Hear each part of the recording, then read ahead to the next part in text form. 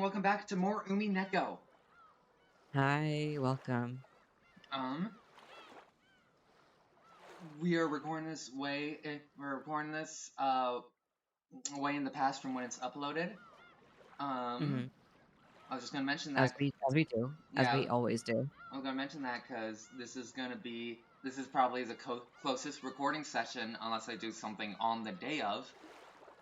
That my birthday is coming up. Oh, right, yeah, hell yeah. Yeah, on the 12th, June 12th. That's my birthday. So that's a little fun fact for everyone. Um, I'm bringing this up now because I'm not sure what's going to be uploaded or if I'm going to record something closer. So yay me, I'm almost 21, so I can get fucking crunk and Well, you could have done it before if you'd come over here. yeah, if I went over to Canada where it's legal. Soon it's American legal. Anyway, let's just hop into Umineko.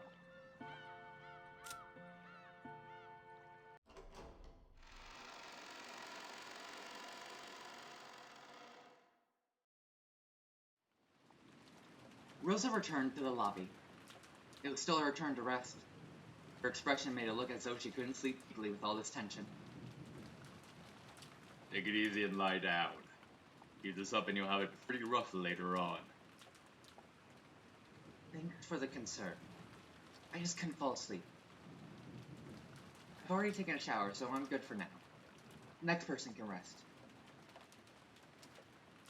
What about you two, Rie-san? Rudolph-san? What will we do, Rodolphe-san? Shall we rest? You could rest. I'll stay awake. That's the only manly thing I can do right now. I love how he's holding the gun. That's the only manly thing I can do right now.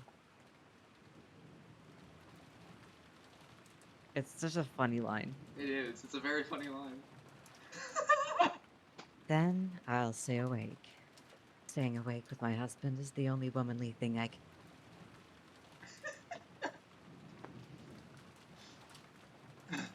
Was that sarcastic enough? Yeah, it sounded sarcastic enough, but fuck. I don't know. I don't. Two truly are close. Damn, that's it. Do you want to be close with someone? All right.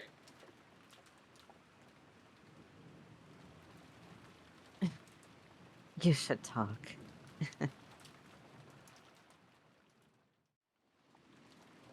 It seems Ava and Hideyoshi-san are out cold. It appears that, unlike Rosa, they can't fight against their age. Rosa's like 24. There's no way she's 24. I don't know what. 24? I don't know why There's 20. no way Yeah, I 24. don't know why What? 24 was the 24. age that came to mind. That would make her. That would mean that she had Maria at like 15. Yeah. Um, and it also means that she's a year older than George, which I don't. A year older than George. Yeah. Yeah, that was true. Kraus. Fucking Kinzo just. Oh my god, that'd be so funny. Such a massive age gap. Oh my god. And I know a thing or two about massive age gaps within siblings. My sister's like 9 years older than me.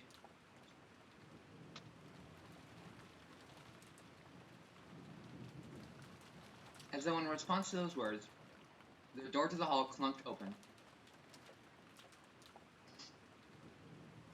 The bust out. I found the gold! Get fucked, nerds! Ava and Hideyoshi returned from the guest room. That's none of your business. Oh, Rosa, are you sure you don't need to rest yet? Oh, now you're being nice to Rosa. You should fucking nay, son. Why not take it easy and sleep? Golden dreams.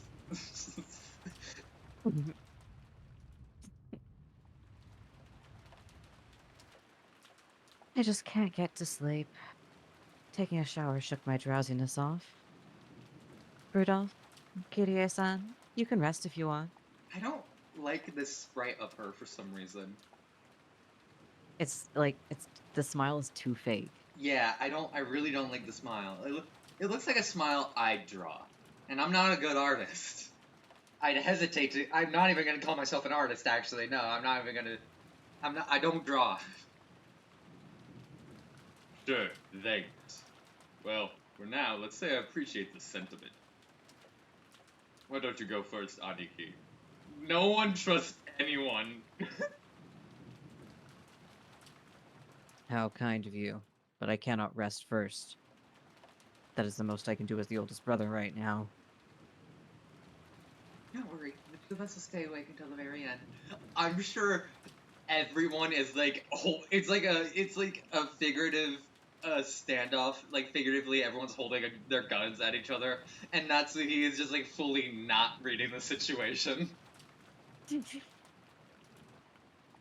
I can see that. She's a little silly. I love her. More importantly, Ivane-san, are you okay? You look a little pale. You'll all be pale when you find out I found the gold. Shit!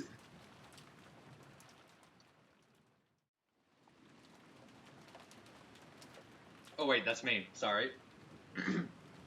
Come to think of it, you're right. Hmm? Could be a bit of a fever. Hideyoshi put his hand up against Ava's forehead. It seemed that Ava wasn't feeling her best.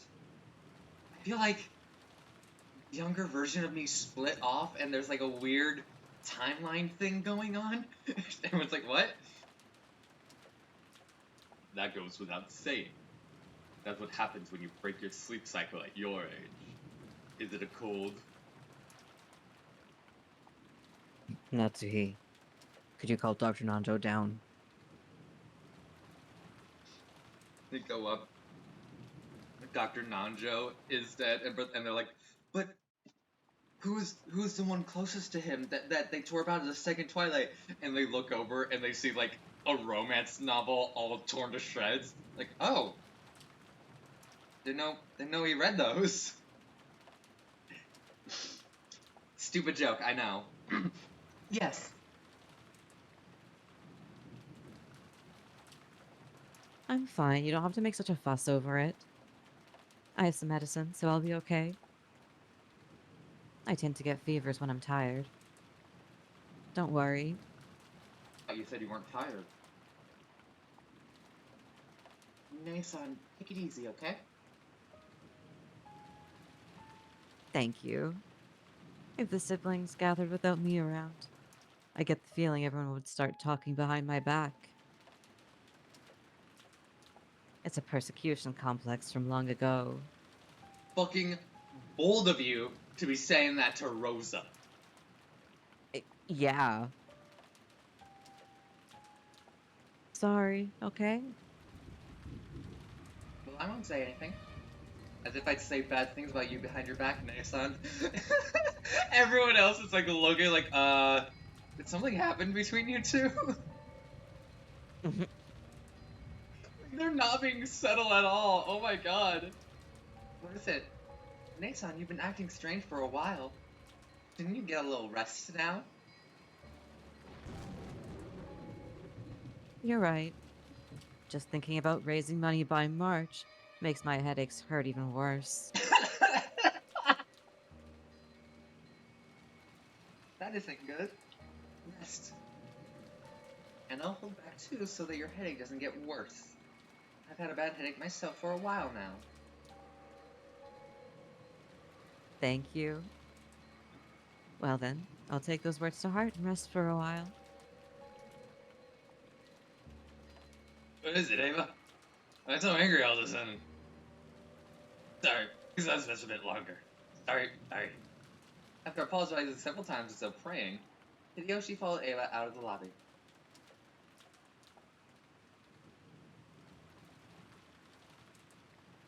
I don't like this atmosphere. It's all so strained. That's no surprise. There was a murder early this morning. And since then, we've been eating canned food and carrying guns around. It's natural that we'd start to build up stress. I wonder if the kids are up there are building up stress too. I'm worried about Maria. She tends to throw tantrums at times like this. At that moment, they heard the sound of wild footsteps coming from the second floor. The guest house was in a cheap building, so they wouldn't normally have heard the sound of footsteps. It was like the sound of someone stamping their feet in frustration, and an instant later, accompanied by what seemed to be the sound of her running out of the second floor hallway. Into the second floor hallway. They could hear Maria calling, over and over again, sounding displeased. Rosa grabbed her head, her hair flying, as she voicelessly moaned in anguish. The adults conscientiously turned their backs to her, pretending not to notice. A noisy clamor came down from the second floor and flew into the lobby. It was Maria, who was sobbing along with the other children and Nanjo. In other words, they had all come downstairs because of Maria's tantrum. Except that, I'm gonna just imagine Battler's still chilling up there. He's just taking a nap. Rosa couldn't hide her dizziness at this new annoyance her daughter was bringing to everyone. Sorry, Aunt Rosa. We tried to calm her, but she just wouldn't listen.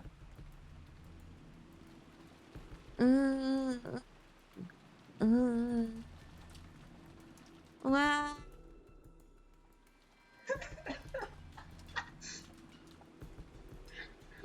Sorry. This is a lot of like what I hear in every day in my house. But no, why I'm laughing, it's because the audio, like, faded out when you were doing the wah. That's funny. So, here, I'm gonna try and replicate it for you. So it's like... Did that work? Did that work? Did it, like, fade out? Yeah, it did. Alright, sick. What is it, Maria? Could you be a little more quiet? Everyone's watching. It's that rose of hers from the rose garden. Son started saying that she was worried about it. I think she's half asleep. Suddenly woke up and started going on about how worried she was about that rose. Mia-chan, calm down. That was just a dream. That rose belonged to Beatrice and me. So if I don't take care of it, Beatrice is gonna get mad. It might get snapped off again. We're just imagining at the end of this, Ava Beatrice shows herself, and Miria's like, "Who the fuck's this? This is Beatrice. Who the hell is this?" I'm telling you to quiet down a bit, okay? Sudden rise in the tone of Rosa's voice surprised the children. But Maria's crying just grew louder, and her tantrum grew fiercer. Rosa-san, you mustn't scold a child so unsparingly. At times like this, it's best to give them more milk or something. Is there any here? Milk we just had for breakfast is empty now. Did anyone have a sedative to use on Kit? Really? That's where you went to? You know, those silver pill things? What the fuck are you talking about? Have some! So search for them now and give them to her! Without hiding her displeasure, Rosa grabbed a handbag that had been set on the sofa and fished her out for some medicine. It seemed that she had brought some child-use sedatives for Maria's tantrums. He was saying that this is a thing. Actually, it's the 80s. He found it and opened the sponge, but it must have been empty. Oh, open the sponge.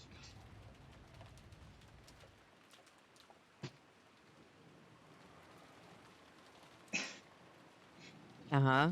Yeah, here, give me a second.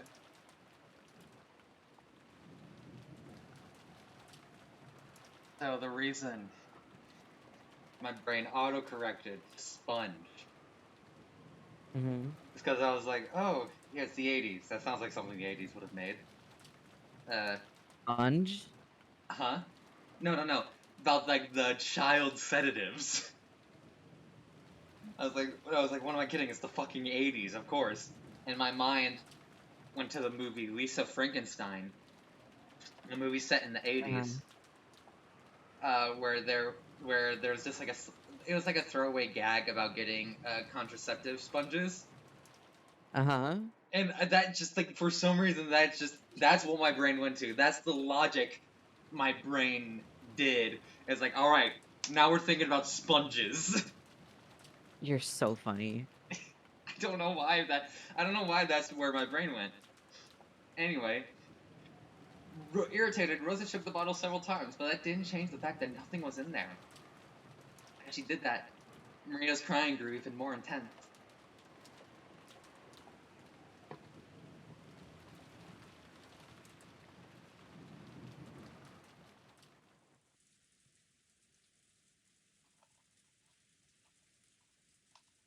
At that time, Ava was lying on her bed, covered by the bedding. Hideyoshi returned from the washroom, holding a handkerchief soaked in water. Ugh, this is one nasty fever. I bet it's the voices there at the Stanley conference that got you. Now you can forget all about the other relatives. Okay? As Hideyoshi spoke to her kindly, he set the soaked handkerchief on Ava's burning forehead. Ava rested her own hand on top of his. I found the gold!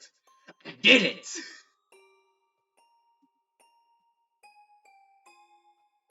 Your hand feels nice and cool. My hand feels nice, your fever must be pretty bad. Don't worry, the medicine will start working soon. Plus, my hand is a magic hand. I just put it against your forehead like this, and any fever will melt right away. Like he's talking to an elementary schooler. What the fuck are you doing, Hideyoshi? He gets a little silly with it.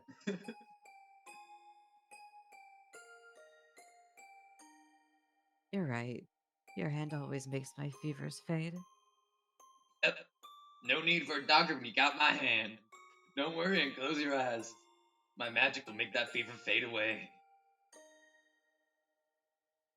Yes, I know. I can feel your magic. It pans to Meta Battler, and he's like, "Can we just skip this part? I don't want to see this." Hideyoshi was about to say that it was just a placebo effect, but he stopped. He was about to actually. Ava said she could feel magic coming from his hand, and that was fine for now.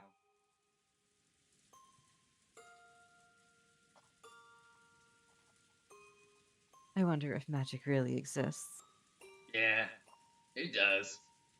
Only those who believe can tell, though. There's a lot of magic like that out there in the world. If magic actually exists, then I wonder if witches actually exist too. Oh, you mean that witch of the forest, Beatrice? Probably does exist for the people those who believe. It's like the gods don't show themselves except in front of those with strong faith. I did it too, you know? Long ago, I was able to use magic. God damn, this fever is worse than I thought. Oh, really? Then you were a witch too. I had dreams that I wanted to come true no matter what.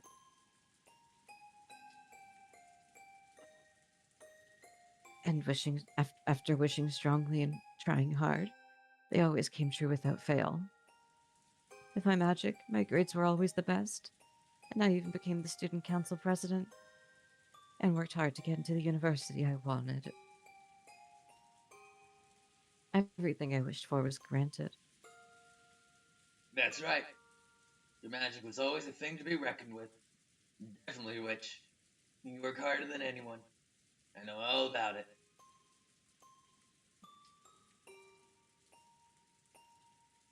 When I was a kid, the whole time, there was another me inside myself who always supported me.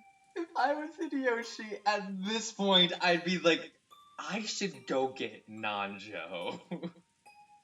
There's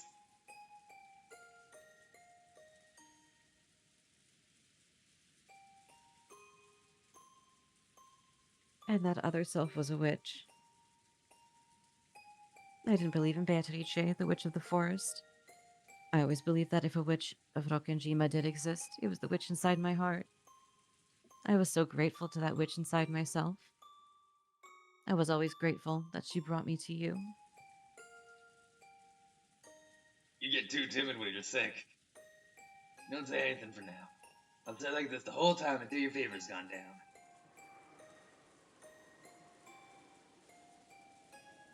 Yes. Don't take your hand away.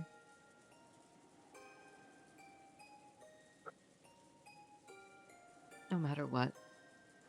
Somehow, I feel like I'm becoming something that isn't myself. And I've been scared for a while now. I get the feeling that the witch inside me was provoked by Beatrice and is growing stronger and stronger. Somehow it feels like she's going to swallow me whole. It's okay. I'm with you. There's nothing to be afraid of. Remember that time we went to that dangerous country and the whole bus got robbed?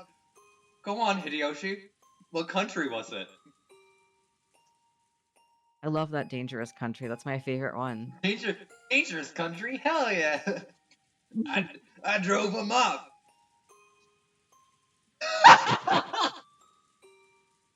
Didn't you just hand over your gold watch and beg them to go away?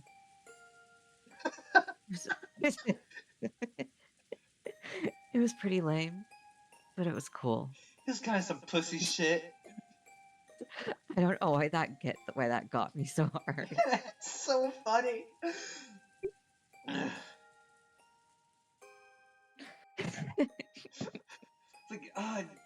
It's like, yeah, remember that bus of robbers? I fought off the whole bus. Can you just give them your watch like a pussy? Oh, fuck.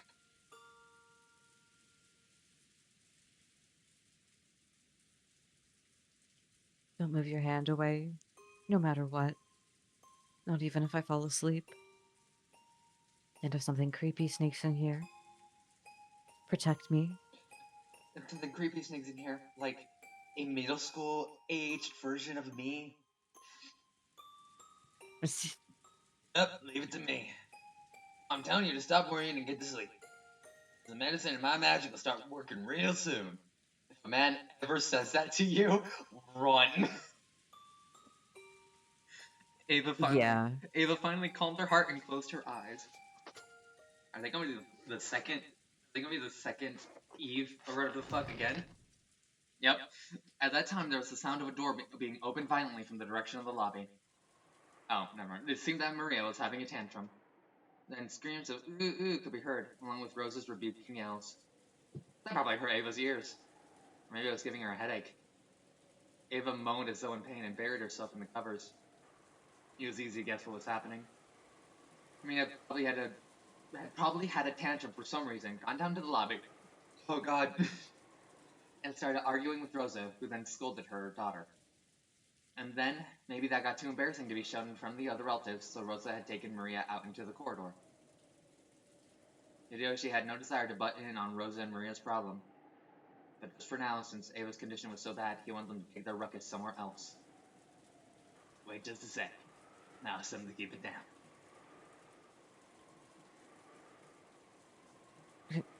Come back quietly. Quickly. Be quiet when you do this shit, man. I don't know why it just registered as quietly. Don't worry. I won't leave this room. Can you guys shut the fuck up? My wife's trying to sleep.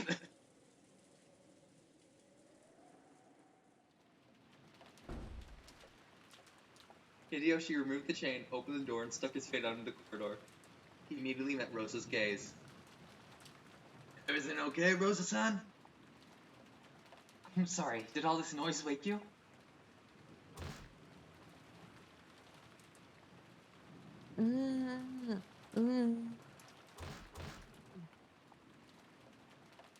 Maria-chan, sorry. Ava isn't feeling well, she's trying to sleep. Could you quiet down a bit? She's like, oh, okay. It's like, really? That's all it took? Maria's tone didn't change after Hideyoshi's request. She kept crying, and repeating, my rose, my rose. Rosa sat Maria's cheek, lifted her up while covering her mouth. And How did you wait, you lifted her up with one hand and covered her mouth, or and dragged her towards the entrance, trying to at least put some Maybe distance? she was no, I'm guessing, like, she, like, dragged her to her feet, Mm, kind of. yeah. Does that And make sense? yeah, it does. Trying to at least put some distance between her and Hideyoshi's room. He'd still probably be noisy for a while, but he had warned Rosa for the time being. Relying on Rosa's actions as a mother, Hideyoshi closed the door.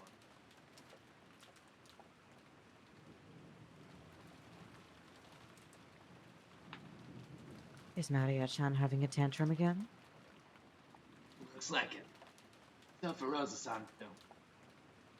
Come to think of it, our George is almost too good to be true.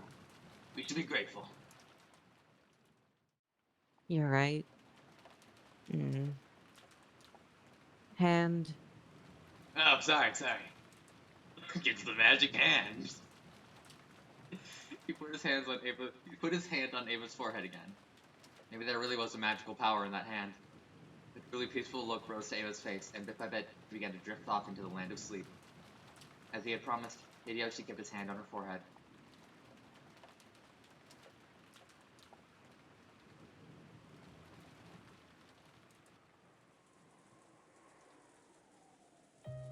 By the entrance, with her hand still against Maria's mouth, Rosa was at a loss of what to do next. She hadn't been able to withstand everyone's gazes in the lobby, and had yelled at the children to go upstairs, dashing out of the lobby. Then she had gone out into the corridor, only to have Hideyoshi say that she was too noisy. Where should I go now?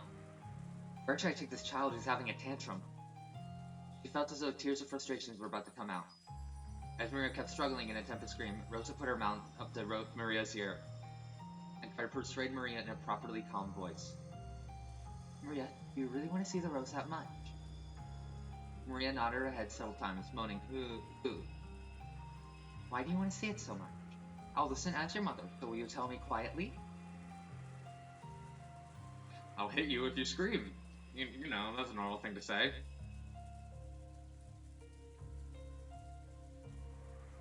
My rose. Bad teacher revived it. It might have snapped off again. I'm worried about that. I can't sleep until I'm sure. Apparently, she was still upset about that marked rose from yesterday. Rosa felt her headache throbbing again, but she was at least a little relieved that Maria had now stopped her screaming. Anyway, everyone is having a hard time right now, so don't bother Mama and everyone else. You can worry about that rose all you want tomorrow when it stops raining. For now, listen to me. No, no, no, no, no. It's my Beatrice's rose. Mm, mm, ah. Rosa reflexively covered Maria's mouth. She'd spoken a little too harshly and gotten her agitated again. Rosa realized that it was partly her own fault and clicked her tongue in self-hatred. Maria thought that was directed at her, and her crying grew even fiercer.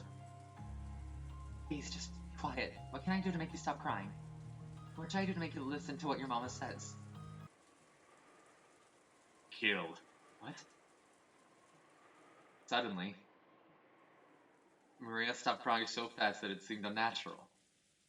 Then she turned around and muttered, "Oh fuck." If I get to see my rose, I'll stay quiet until tomorrow. Really? Yes. If we go to the rose garden and see my rose, I'll calm down. Maria and Rosa are gonna die, son of a bitch.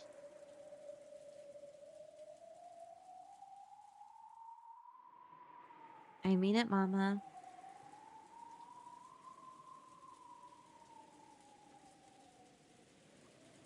You are fucking dead. Are you kidding me? If it would keep Maria quiet for the time being, Rosa thought that even going out into this wind and rain would be a small price to pay. She thought it might be a bit reckless, but in the end, no murder or anything of the sort had actually occurred. All of that clamor since this morning had been a farce set up by Kinso. She carefully thought about that chain of closed rooms. It clearly had to be all of an act. Will you really listen if you get to see the rose?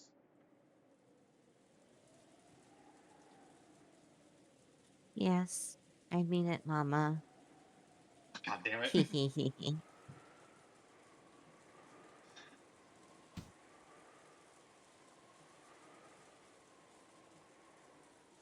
Ouch. Rosa didn't overlook that creepy laugh and lightly hit Maria with her fist. And she shrugged as though giving up. Understood. Give it this one look and I'll agree. Will that work? Yes, Mama, I promise. I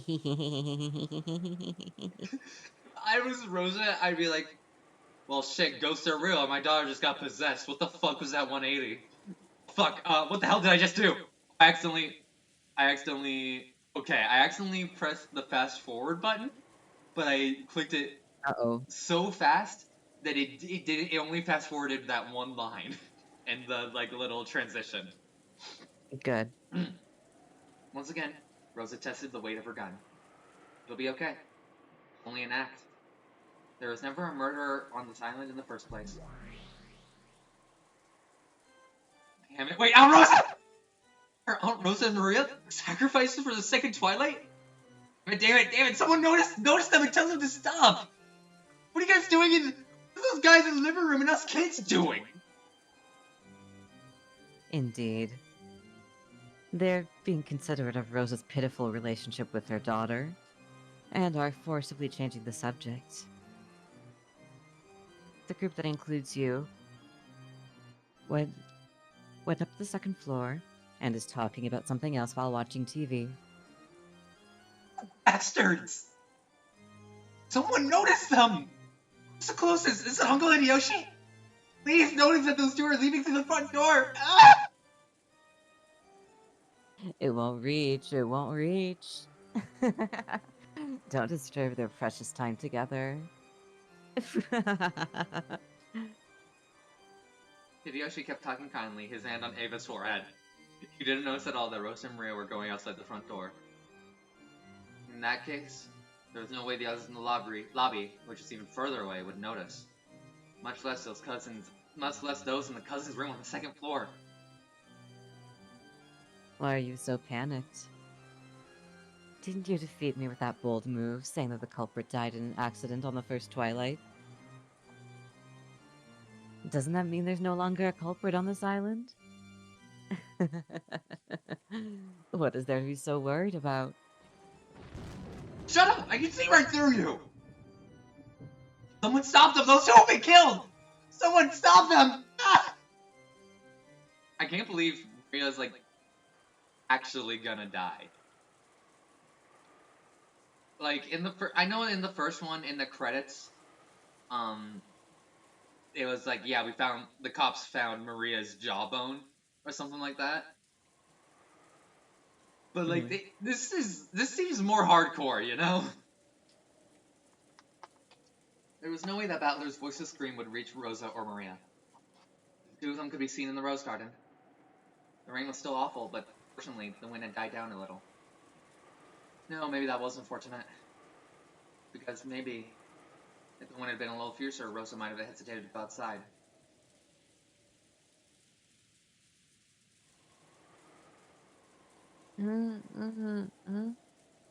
Here it is. Maria found her rose with the gold lace and stared at it lovingly. Rosa had accepted the promise under the condition that Maria would only get one look at it. But she didn't want Maria to complain that it hadn't been enough later on, so she decided to go along with Maria until she was satisfied. She believed that there wasn't a culprit. But on the off chance she was mistaken, they were now in an extremely dangerous position. Rosa realized that faintly herself. If things got bad, she would throw away her umbrella and ready her gun. After glancing at Maria's innocent happiness, Rosa gazed warily in all directions.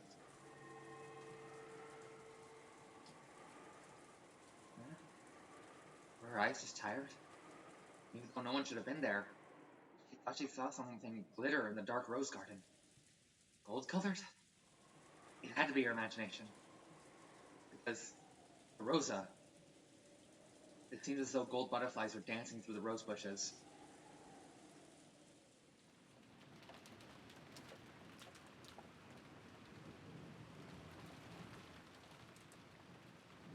Okay, Ava, just take it easy. I called Dr. Nanjo after all. I'm fine. Don't take your hand away. I'm begging you. Don't take your hand away. Ava was breathing wildly. Beads of sweat were appearing on her forehead. It certainly was true that she had stayed up all night last night, and that things had gone rough since early this morning. It wasn't odd that her body wasn't keeping up. Even though he understood that, Hideyoshi suspected that his sudden failure was a sign of some serious illness. Several times, Hideyoshi decided to call for Dr. Nanjo, but Ava resisted firmly, pleading with him and saying that it was even more important that he didn't take his hand away. I understand, but you gotta have Dr. Nanjo look at you by lunchtime. If you can promise me that, I'll stay here the whole time gripping your hand. Really, like this.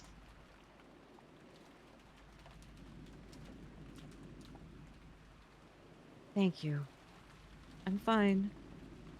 The magic of your hand will definitely take this fever away. And hopefully prevent the alternate like inner kid version of me or something like that from killing Rosa and Maria. Even as she said that, Ava's harsh breathing didn't improve in the slightest.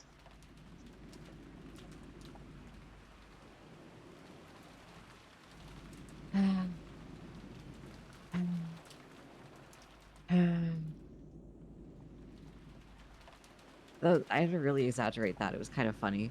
Yeah. Don't let go. Don't let go.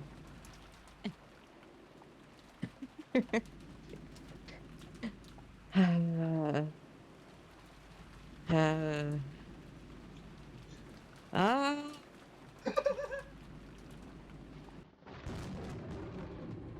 Lightning struck, killing Maria and Rosa instantly. Whoa! Who is it? She saw an umbrella moving from beyond the rosebush.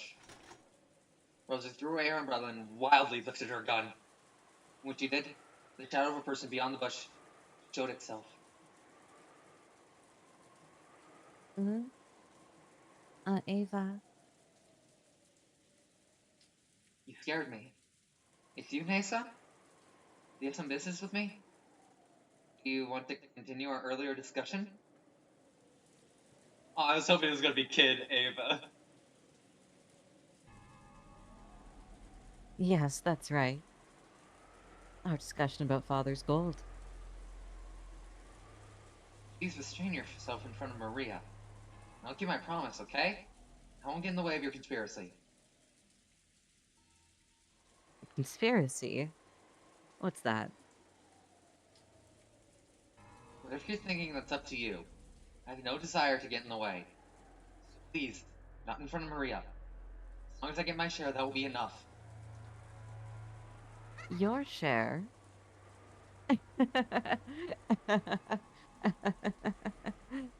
Ava started laughing in a creepy voice. Rosa was startled, but Maria stared blankly. Then Maria said just one thing. Sorry, I opened my phone and TikTok was the first thing that came up.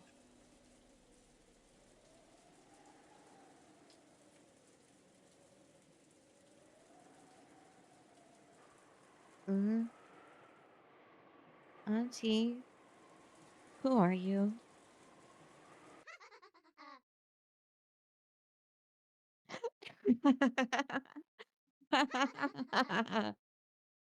Your share?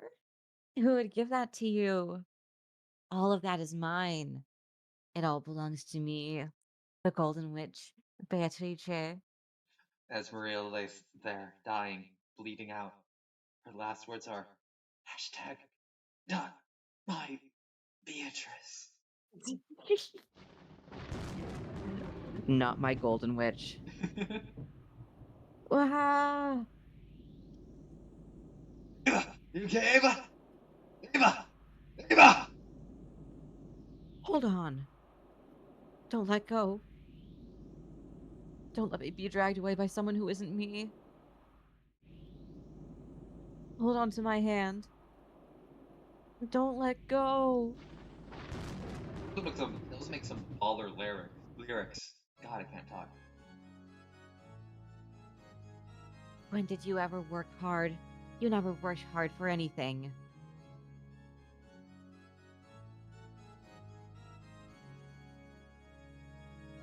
You are always hiding in our shadows. You always escape from shadow to shadow without fighting. And yet you really think yourself qualified to make demands of me over the Ushiromiya family gold?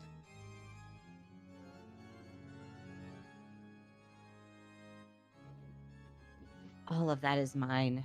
It's all mine alone, as head of the Ushiromiya family and the new Golden Witch, successor to the name of Beatrice.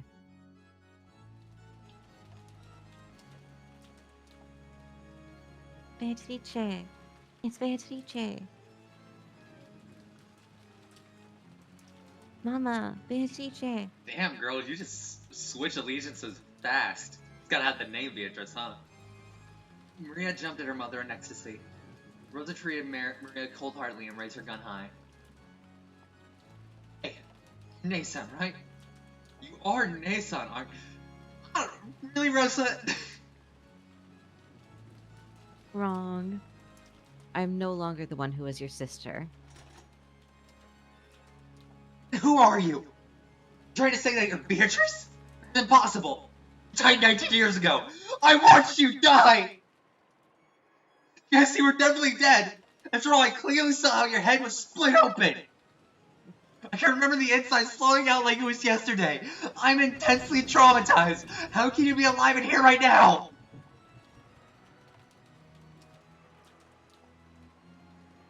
The concept of death does not exist to a Golden Witch. The Golden Witch in the name of Beatrice will be handed down for all eternity. Pull the fucking trigger, Ava. Not Ava, Rosa. Maybe the Beatrice you knew met with death, but that name is mine now, and therefore it's eternal. The concept of death does not exist for Beatrice.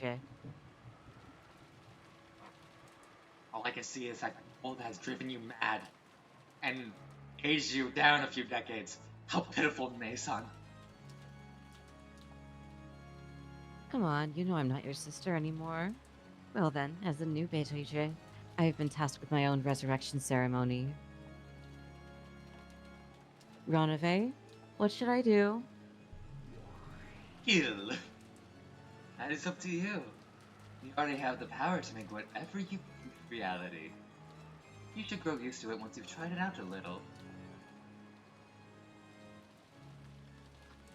You worthless former sister. You should consider it an honor to have been selected the first sacrifice I offer as a witch. On the second twilight, I'll tear apart the two who are close with my own hands. Ooh. This is new music. The first thing the new Beatrice wished for. No, the first magic she tried to use was to surpass the limitations given to humans. In particular, gravity. You want to become fully aware of her transforming into a witch by being released from those shackles. As the witch and Rosa stayed as they were, the ground retreated all by itself into the distance below them. By now, their feet were no longer attached to the ground. So you're not going to pull the trigger, Rosa? Fuck it. Rosa finally realized that the earth wasn't retreating into the distance below them, but that she and the witch were being sucked up into the rainy sky.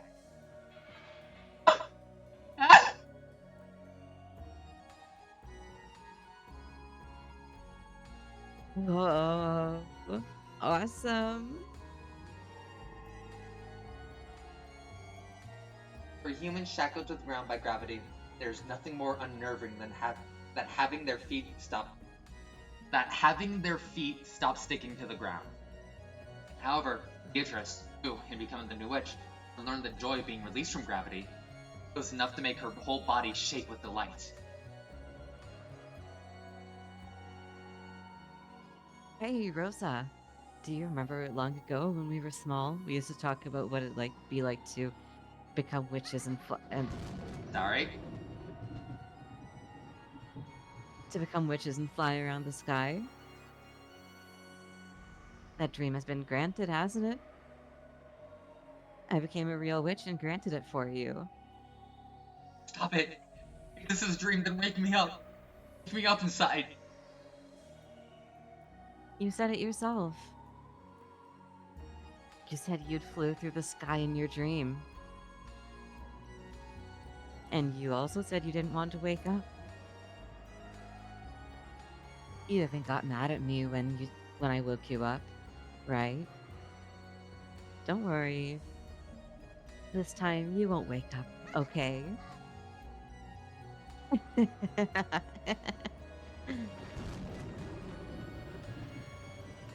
Dance with me in the vast rainy sky. Can we both wish we could fly like seagulls in the sky and escape the cramped and Can we boring island of. pretend? Can we pretend like golden butterflies in the night sky are like shooting stars? I don't know why. I don't know why. I don't know why I thought of that. No, no, I get it, I get it. And escape the cramped and boring island of Rokkenjima? Now I'll make that a reality for you. I only want to share this joy with you and no one else.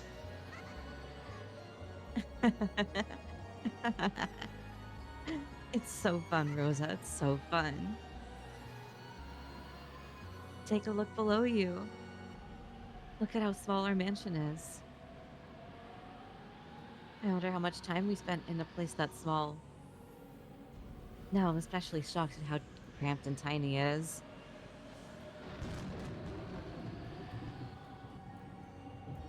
So feel, enjoy, rejoice.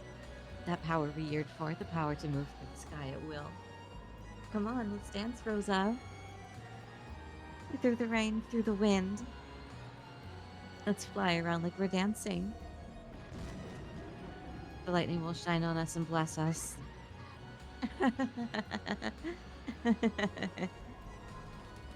Rich and Rosa were like leaves fluttering around in a whirlwind. As the rain pounded upon every part of their bodies, as the lightning occasionally shone upon them, they shook with the joy of being released from the ground. However, it was only that way before the witch. Rosa was holding onto her head, voicelessly screaming over and over. Stop it! Give me, let me down!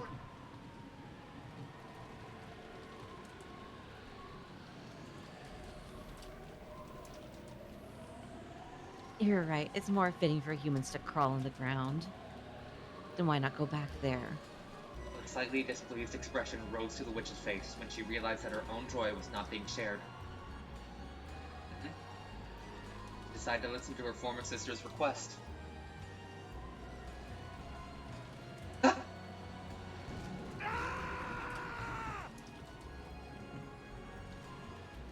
we go. I hope that you heard the sound effect, right?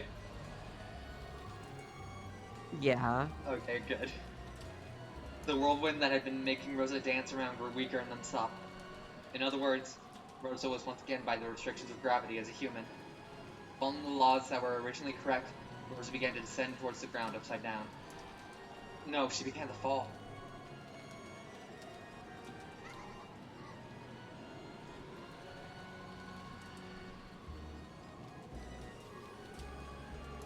Oops. That's right. If I don't take her down the right way, this is what happens. The witch hadn't intended to send Rosa plummeting.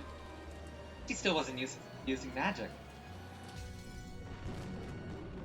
After plummeting about 100 meters into a rosebush, as a very, very natural result, Rosa died instantly. The witch hadn't intended to kill her, so she had wished that Rosa hadn't died. When she did, gold butterflies coiled around Rosa's body, reviving that life just as the witch had wished. Rosa's body, which should have been spread out like a carpet of fresh blood, rapidly returned to normal. The broken and crushed bones returned to normal. Torn and smashed flesh returned to normal. How easy it is to break things in this world, and how difficult it is to fix them. Anyone can take a life. No human can revive a lost life. Surpassing the irreversible, one proves that they have surpassed humanity. Surely gave her a much, much greater realization of her position as a witch than flying around through the sky had. Awesome. I can even revive an ended life. Of course. Deirdre saw as the endless witch. To live and to die. Bring to life and to kill. All of it repeated endlessly. Beatrice-sama, the endless witch, is the queen who controls the cycle of life and...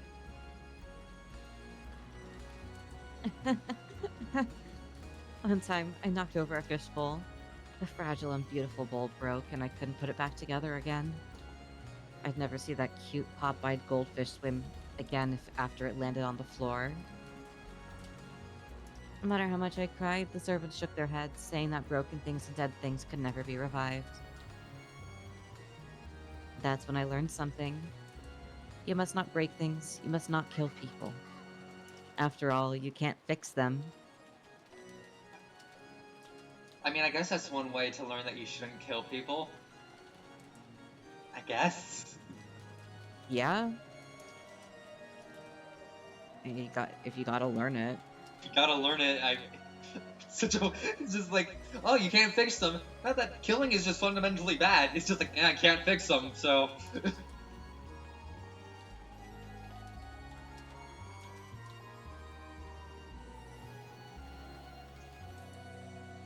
So if you can fix them, you won't get in trouble for breaking them, right? Awesome. Awesome, awesome, awesome.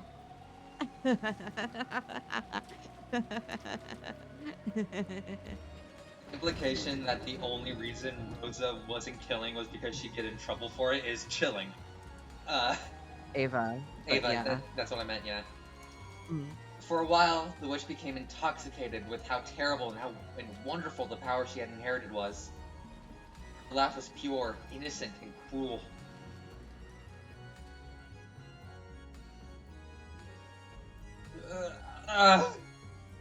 Even though Rosa had been revived, she let out a cry of anguish at the pain from her fall. At that point, the witch landed and held out her hand.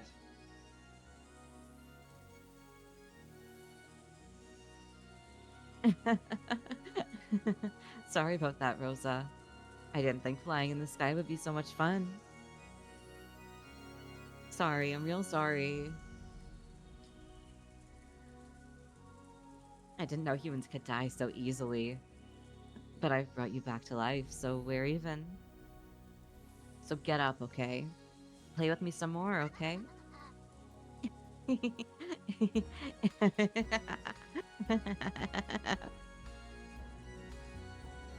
Were those dreams you told me about when you were a kid? Go ahead and tell me all of them without holding back. As I am now, I can make anything come true, no matter how absurd.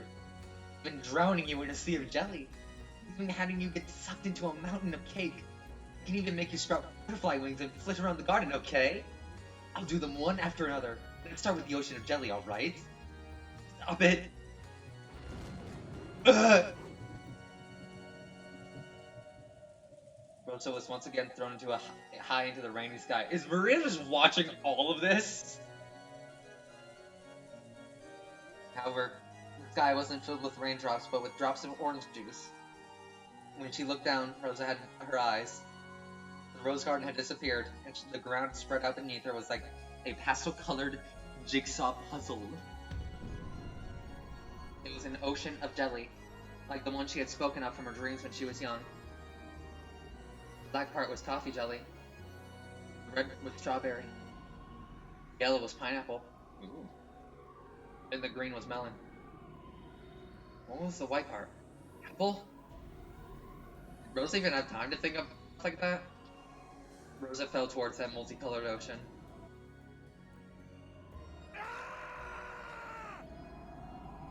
Stop it. What? It's a good scream sound effect. It's just really funny. And she sunk deep into a purple grape flavored sea. It really was an ocean of jelly. It had no bottom. I'm pretty sure oceans have bottoms, but you know that's not important right now. As Rosa sank, she was shocked to see a school of transparent fish swimming through the great big jelly ocean. Holy shit, she got some fucking Swedish fish swimming around? Hell yeah! Oh, they're probably made of grape skin. Okay, that works too, I guess. Then she sunk on and on, deeper and deeper, as deep as the Marianas Trench, crushed by the water pressure of the jelly ocean. As her ribs snapped, her spine snapped. In the end, she became a small, frail meatball.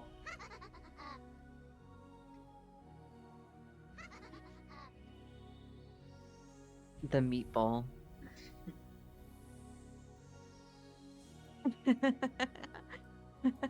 What a truly wonderful experience to drown in an ocean of jelly. It's a dream that no one else can imitate. I made it come true for you. Yeah. Insane that, like, she didn't even hesitate to become sadistic. Do you think Beato was the same? Because of how the because Virgilia was so, like, disappointed in Beatrice, I don't think so. I think it was a slow corruption of Beatrice. But Ava Beatrice? Fucking not even hesitating. I'm gonna torture my sister. Like, okay, wow, why? The instant I snapped my fingers, the meatball that had been Rosa was launched up into the sky. And after being wrapped up in a gold sparkle, she returned to her original form. It was as simple and easy as returning dried seaweed to its original form, and anyone could do it. If they were a witch, the absent-minded look on Rosa's face has to be the joy of having that dream she gave up on as a child come true. Definitely. Probably. Next is the mountain of cake. In an instant, the sky was covered. It became black and white in the shape of a chessboard. The almost transparent white part was her favorite rare cheesecake. The elk and black part was a slightly bitter gâteau au chocolat. It became the ceiling, became a mountain, and several billion cakes were thrown down towards Rosa. If we piled those cakes up, surely we'd be taller than Mount Everest. I'm just imagining Battler looking out the windows like, guys, it's raining cake out there. So they probably weighed, I'm not too sure, but I'll bet it was heavier than all of the cakes across Japan put together.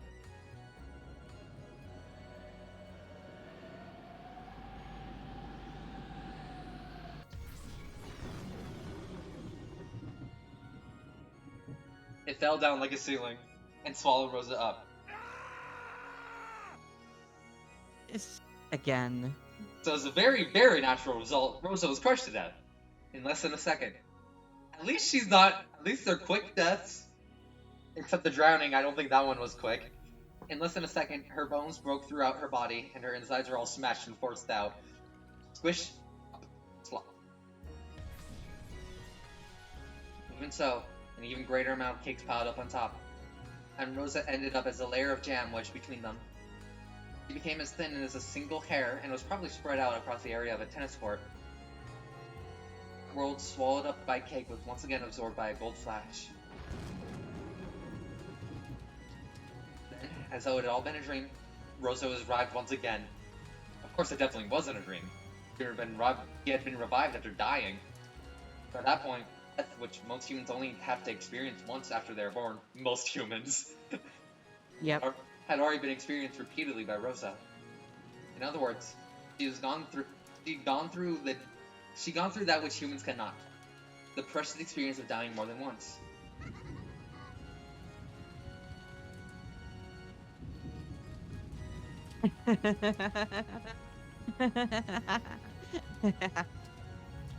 Isn't this fun, Rosa? Isn't this fun?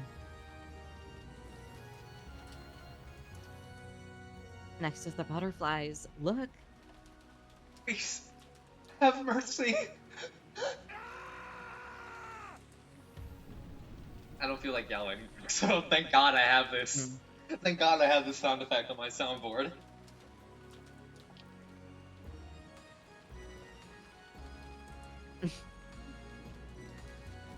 It's, yeah, every time it's just perfect. No way. Let's play more. Let's play more. Yeah. Laughing innocently, she pointed her golden staff at Rosa as she begged for mercy. When she did, Rosa glittered gold and rapidly began to shrink. Oh no, this is someone's fetish. She shrank down to the size of a real butterfly. Then, gold wings sprouted from her back, and she joined her fellow gold butterflies. However, while a human body could withstand that wind, it was a different matter for a butterfly's body. The gold butterfly Rosa was invited to dance by each gale of wind, and she spun in circles around the rose garden. No! No! Ah! As her dance wore her out, she was caught by a gentle bed. It was a soft, knit hammock in the shadows beneath the roof of the harbor. The owner of the hammock lumbered into view, welcoming its rare guest who had wandered in on the night of the storm. Oh, fuck. That owner, which should have been small enough to crush in the palm of your hand, now looks as big as the top of a canopy bed to Rosa.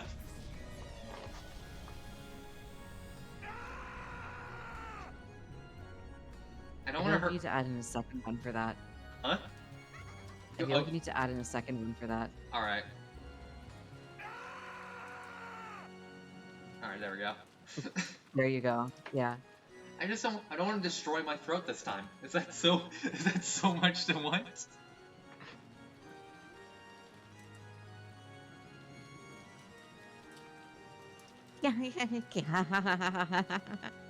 What a klutz, you got caught in a spider's web. This time, it's a dance with a spider. It takes me back. Remember the times we find a spider's web and play around by throwing pebbles at it? I've heard that spiders don't chew their prey, but insert their venom, and when the insides melt into a sticky soup, they suck them out. Hey, Rosa, remember? Remember how we'd throw butterflies into the spider's web on purpose? And play around by seeing how the spider would attack? Insane thing to do! It's the 80s, there's fucking nothing to do back then. Or is it the 60s even? Oh, that's even worse. 60s, 50s? Oh, God.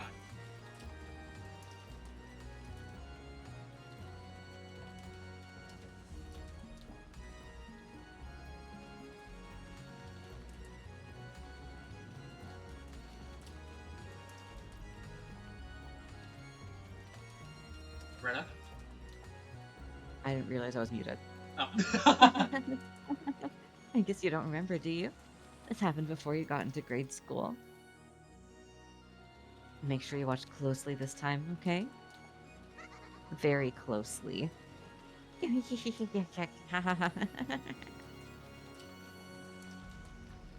Oh! Mercy, Nason! Help me, Nason!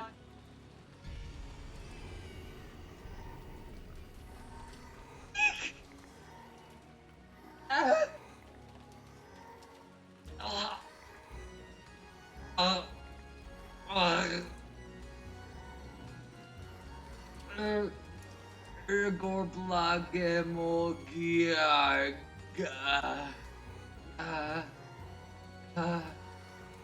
Yobo.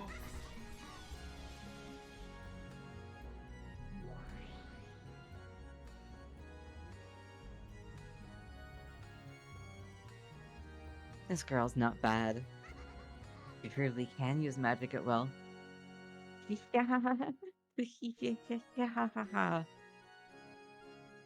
Amusing, how truly amusing.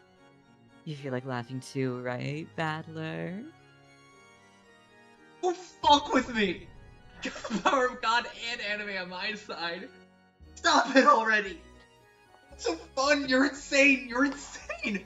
What's so fun about doing something like this?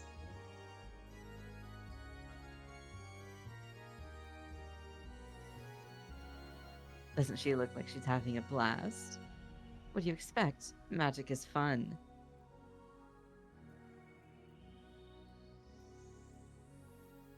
I remember when I first became able to use magic, I played around a lot. I understand that kind of game from the bottom of my heart. Was I wrong about Beatrice being a slow degradation into insanity? Maybe. Looks like I won't be able to share this joy and passion with you, Battler. Ah, what a shame. What a shame. If you accept me, I'll teach you magic anytime you want. See? It's hard to describe the joy you receive in the instant you're freed from the shackles of humanity. I want to teach you about it. That joy, that passion. I'd definitely like to see the world of magic you'd give birth to, just once. It's just a chill place where he can hang out with his friends. Hmm. I think, God, I want that to happen. I want Battler to learn magic just so he can just be a decent guy with it, and Beatrice is just over here fuming. That would be pretty. That would be pretty funny and awesome. He's just like, yeah, I'm having fun, just hanging out with my friends. Why would I not have fun with like this? Oh, you don't have friends. This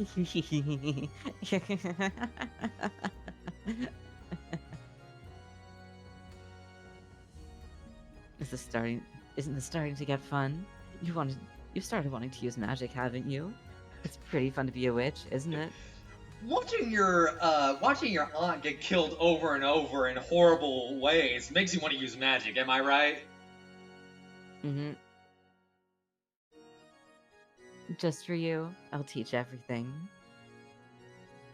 About the joy of flying together in the sky, about the joy of diving together through the sea. Oh, Beatrice, you're letting your true feelings out. I want to show you the passion that starts the instant you surpass the bounds of humans. Look at that blush. She finally realized how she feels about Battler. This is like that red flags video. It absolutely is.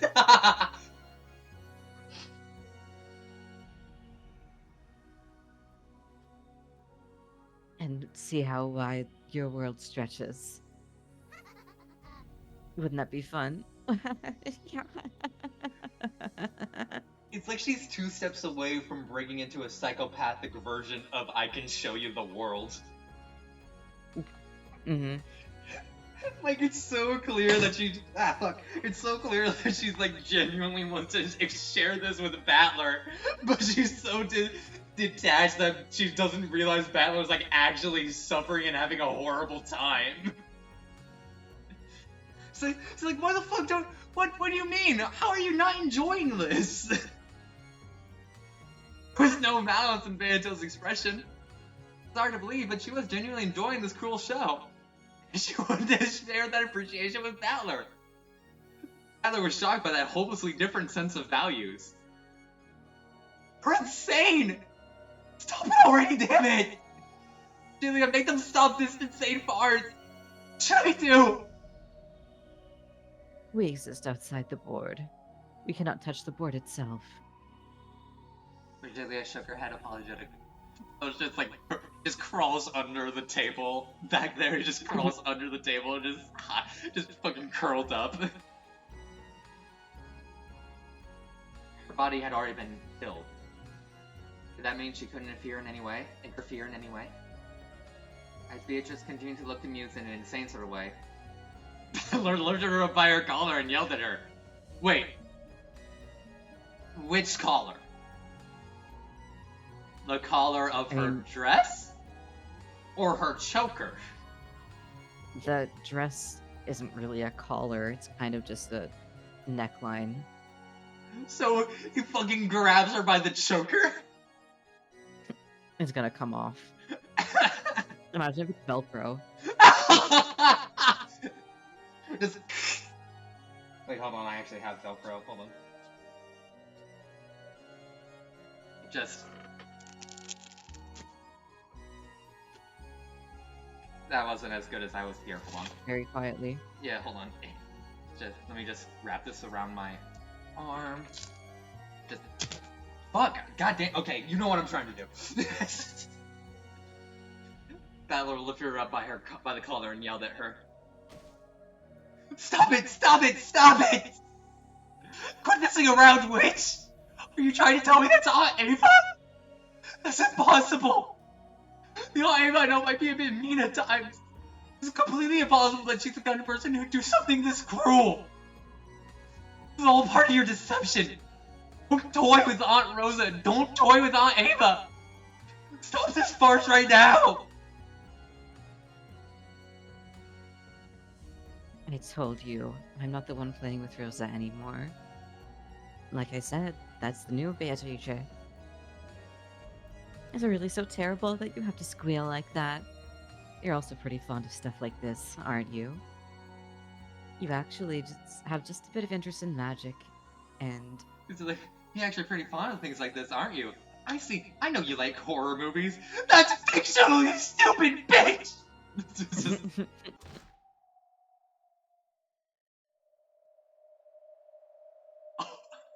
ouch. What are you doing? the first time Battler slapped Panto's cheek. Let's fucking go! Sorry. It's that like kind of ripped my Sorry like about that. ripped through my headphones. Sorry. It's just, it's good to see him. It's totally okay. It's just funny. It's good to see him fighting back against the person torturing him. Hmm. Interested to know why he had done something like that to her. A surprised expression rose to her face. Father especially couldn't forget that expression, and he roared. Ah! Question mark? Call this a music? What's wrong with your head? Why? Slice your head to bits and look inside. Just say there's nothing there. Stop it right now and stop this disgusting part. I won't forgive you. How could you do something so cruel? I sometimes thought you could be a bit funny, but I'll never make that mistake again. Just a monster who's cruel on all levels. Don't show yourself in front of me. Never again. I won't accept you. I won't talk with you. I don't even want to look at your face. You hear me? Don't show yourself in front of me. Disappear. Fucking go away thing from American Horror Story. The instant Battler screamed. The power that resisted the witch became a red wall and knocked Beato back onto her butt.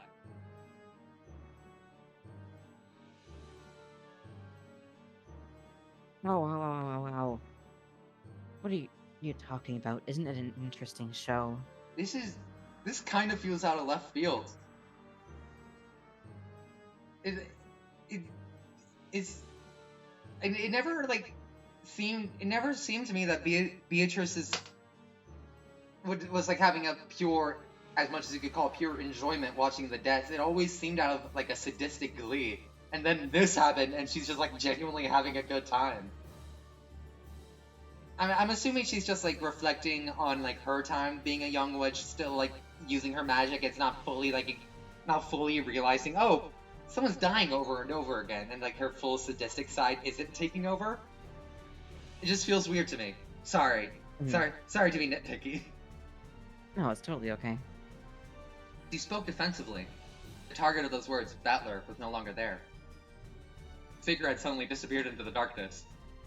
Beatrice looked displeased and continued trying to explain herself.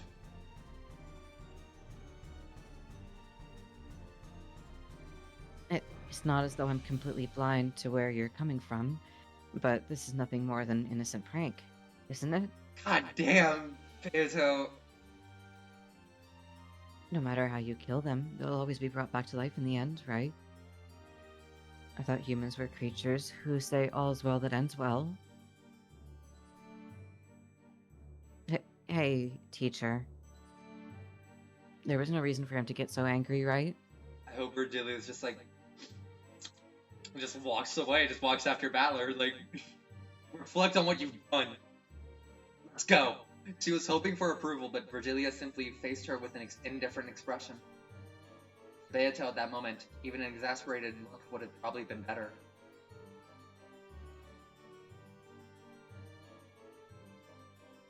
I have nothing in particular to say. If you think this is fun, you can keep watching for as long as you want.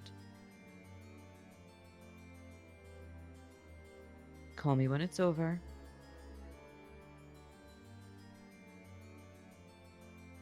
I will vanish until then.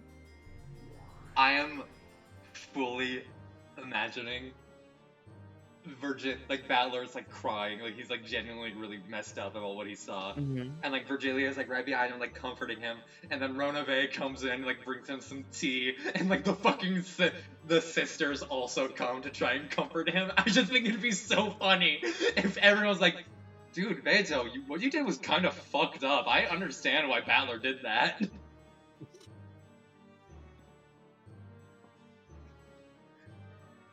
Ito, who was now completely isolated and didn't have a clue what was going on, felt like they were making her out to be the bad guy.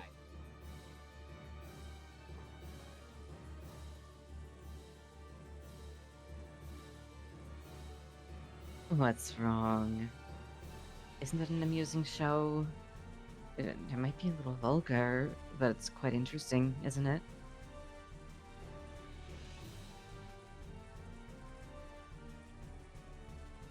Hey, Ronove, it's nothing to get mad about, right? Something interesting for you, milady, may not necessarily be interesting for Battler-sama. Does he really hate me that much? The tear! I'm sorry, it's hard for me to feel bad for Beatrice as of this moment, so I'm kind of laughing at her. It feels good seeing Battler like finally push back, you know? Mm-hmm.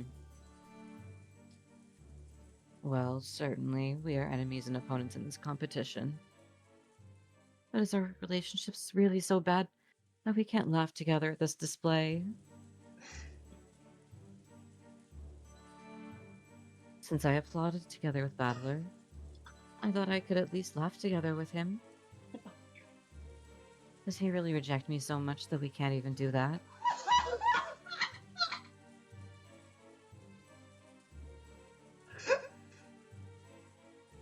Sorry, it's just so funny that she's like fully like, oh my god, my crush doesn't like me. Ugh.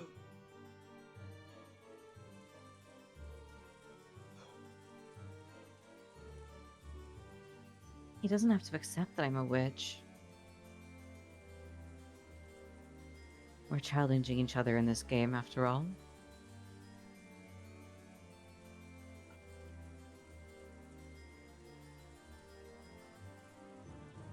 And yet, he won't look at my face, he won't talk to me, and he'll probably do all he can to ignore me. Am I really hated that much? The moves he's made up to this point have been more than enough to earn his hatred. Even a demon such as myself can understand a bit of Battler-sama's feelings. Perhaps you cannot understand? You're especially headed, milady.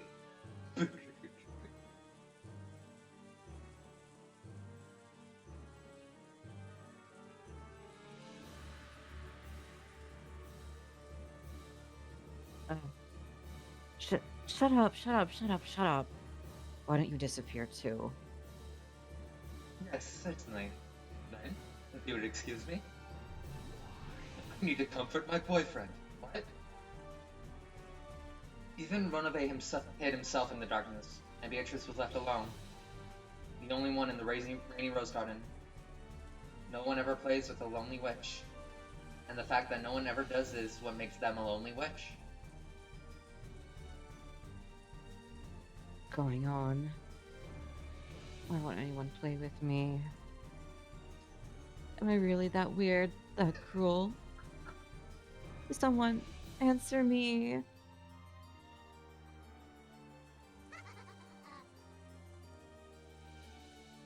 Do we wanna pause here?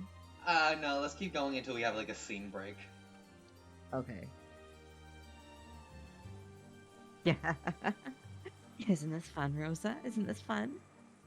Hey, how should we play next? Of course, we should play with Maria too, right? Let's all have a friendly walk together, okay?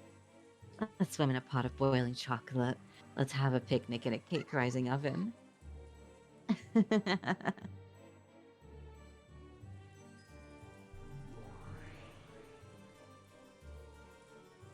Eh, hey, new Beatrice?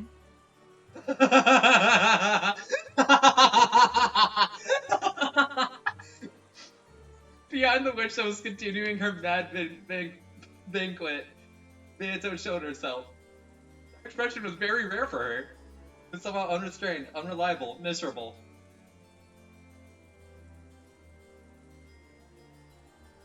Oh, it's the predecessor Beatrice-sama. Were you watching? The power of magic is truly wonderful. Until now, I never thought it'd be so fun to be reborn as a witch. It's like playtime that never ends.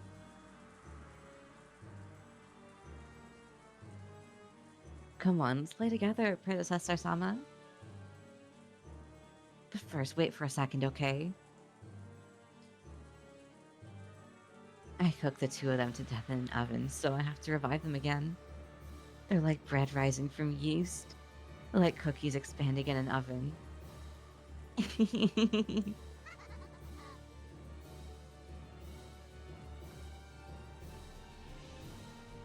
uh, Listen to what I'm saying.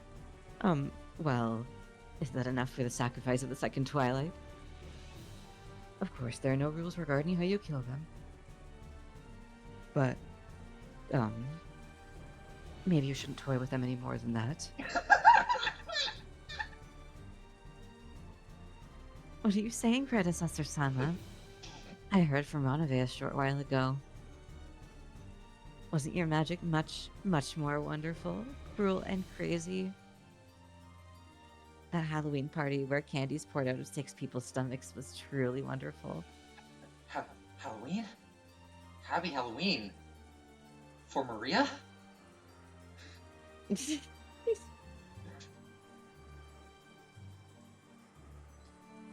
So maybe I'll act out Alice's tea party. Alice in Wonderland reference, let's fucking go. Is it a really Japanese media if there's not an Alice in Wonderland reference? I'll invite everyone to a tea party in celebration of a completely pointless day, and entertain them one by one with my magic.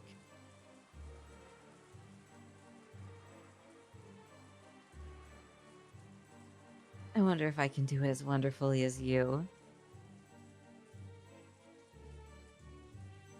I wonder if I can be cruel in my own pop cute style. Now that I think about it, all fairy tales are cruel, aren't they? Now that I'm a witch inside one of those fairy tales, I finally understand.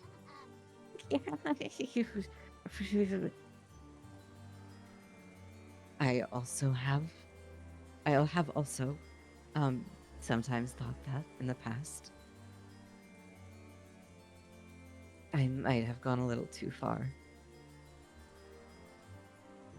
Well, I think that as the Golden Witch, it's probably best to show a little elegance.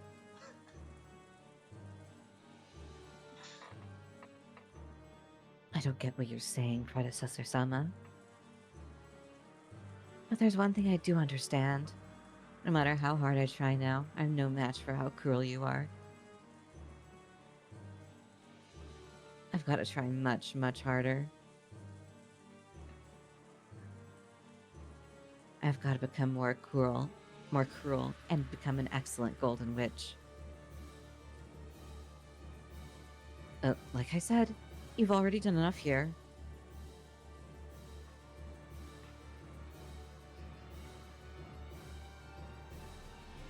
Anyway, this is an order from me as your predecessor.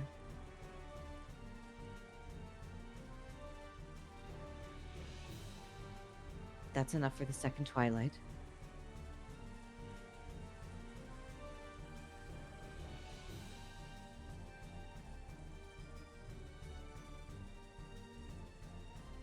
I'll show you how it's done. Stand back and watch.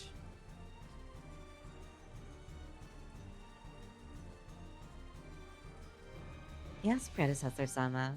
I can't wait to see what brutal, cruel, and disgusting method of killing you use. New witch grasped the sides of her skirt and gave a graceful bow. Stepping back as an expectant gaze rose to her face. She was expecting an even more cruel magic to surpass even herself.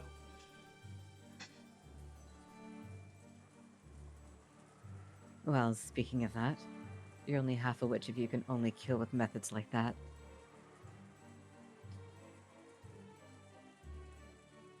I shall show you an elegant way to kill, worthy of the Golden Witch.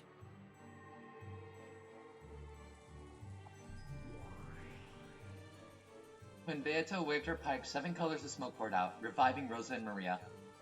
Compared to how the new Beatrice had done it a short while ago, it was slightly gentler. It was probably gentler than how Beato had done it herself in Mile. Oh my god, I can't believe it. She's finally... This is so funny. This is the best way for her to start questioning and reflecting on her actions. Rosa's consciousness had already grown dim from the pain of so many repeated deaths. Even so, she pleaded that her daughter to be spared. Please, have mercy. Even if it's just Maria. Mercy. What? Mama. Sorry, my disciple just, acted without restraint for a bit.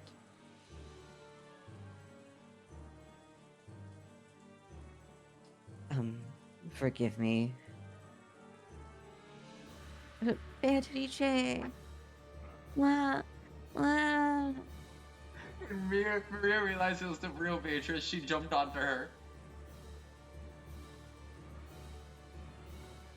You promised, right, Beato? You promised me, you promised you'd take me to the Golden Land, right? There I'll be friendly with Mama and everyone will laugh together. You promised you'd take me there, right? About that, Oh, fuck! I can no longer...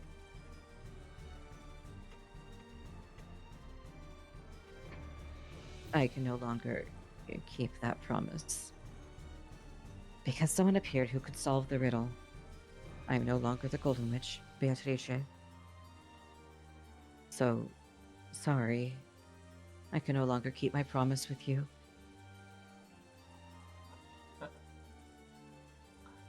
Why? Why? You promised.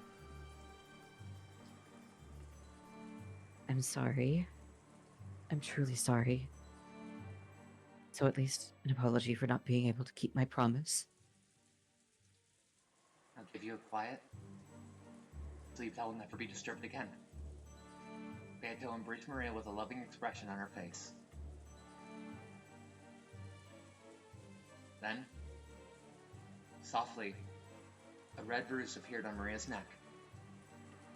It was a very gentle bruise.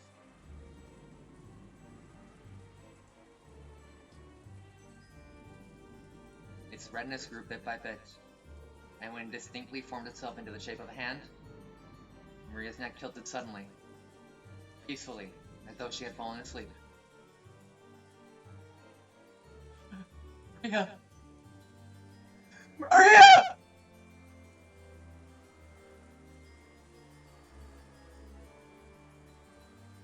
Sorry. I won't apologize that you are the sacrifices for the second twilight. That is simply your fate. However, I must apologize for the vulgar way in which you were offered as sacrifices. This is your final sleep.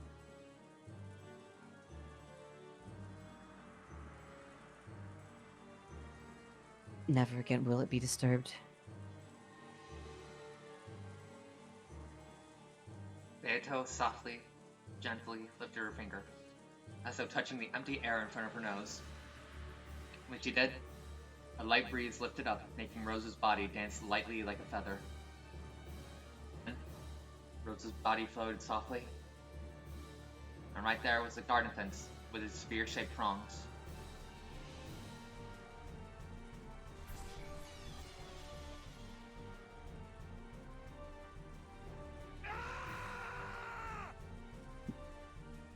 The spear of the fence pierced Rose's medulla oblongata, benevolently toying with her in a single blow. Rose's life was snapped out. Compared to the earlier innocent yet cruel events, it seemed to be over too fast, much too fast. It looked like a doll shaped like Rosa was leaning against the fence. But she had passed away. Insane that they're showing a dead child!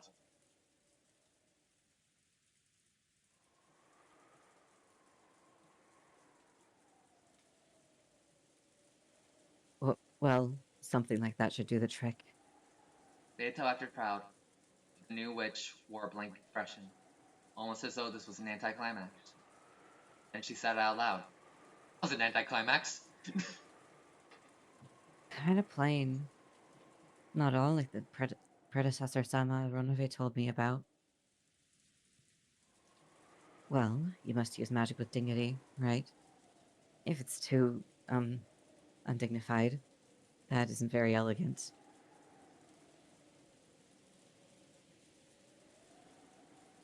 Even though you're lucky enough to have the magic to do wonderful things endlessly, how boring.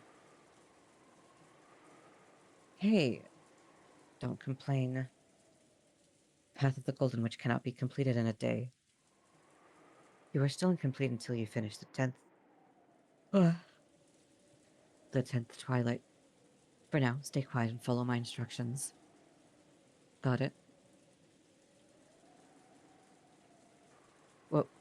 What happened to your answer? Your answer.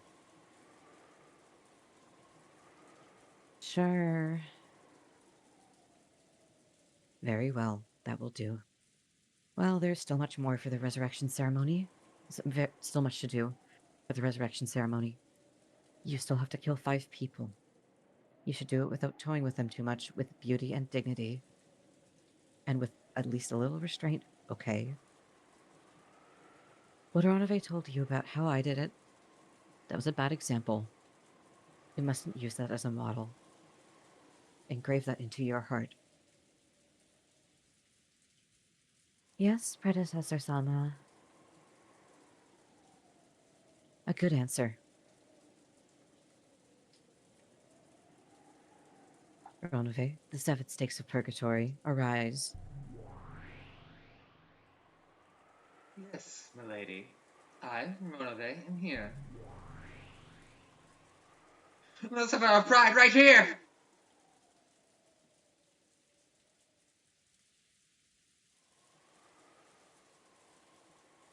Up until this point, I've been a bit flashy, but...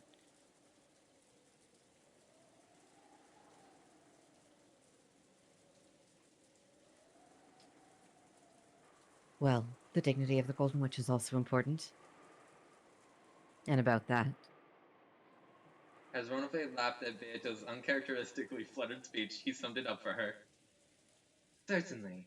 From now on, we'll be careful to act in a graceful manner suitable for the name of the Golden Witch. Even the 7 Sisters of Purgatory will reform their bad behavior up until now. We shall espouse to perform our task in the quickest possible manner. Would that be acceptable, milady?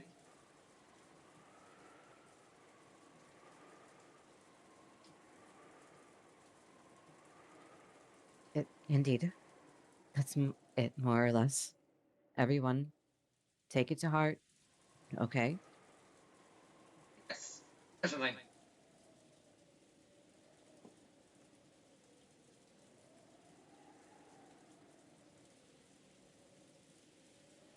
That is all I wish to say. You may leave now. Certainly. If you would excuse me. Excuse us!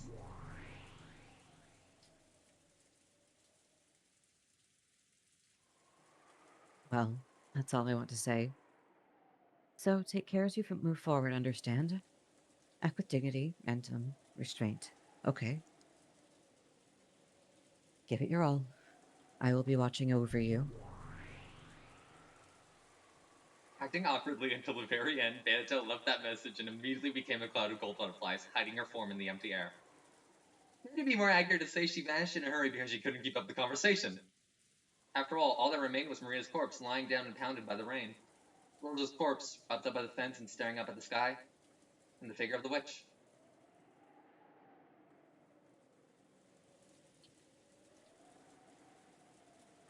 Show some restraint, you say? Her expression looked just a little bored. There was a popping sound. That was probably her clicking her tongue.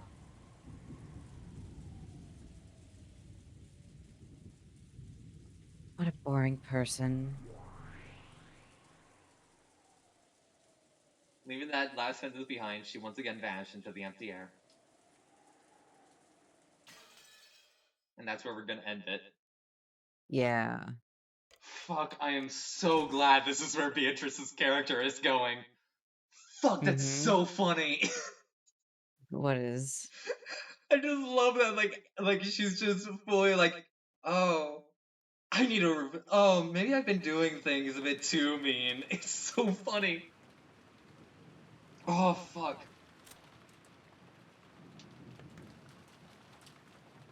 Also, all this all this has shown me is that middle school kids are unbelievably cruel. Yep. Fuck. Thank you so much for joining us on another episode of Umineko. That was a really fun episode. I really liked that. Um, Yeah. I hope you'll join us next time. Bye for now.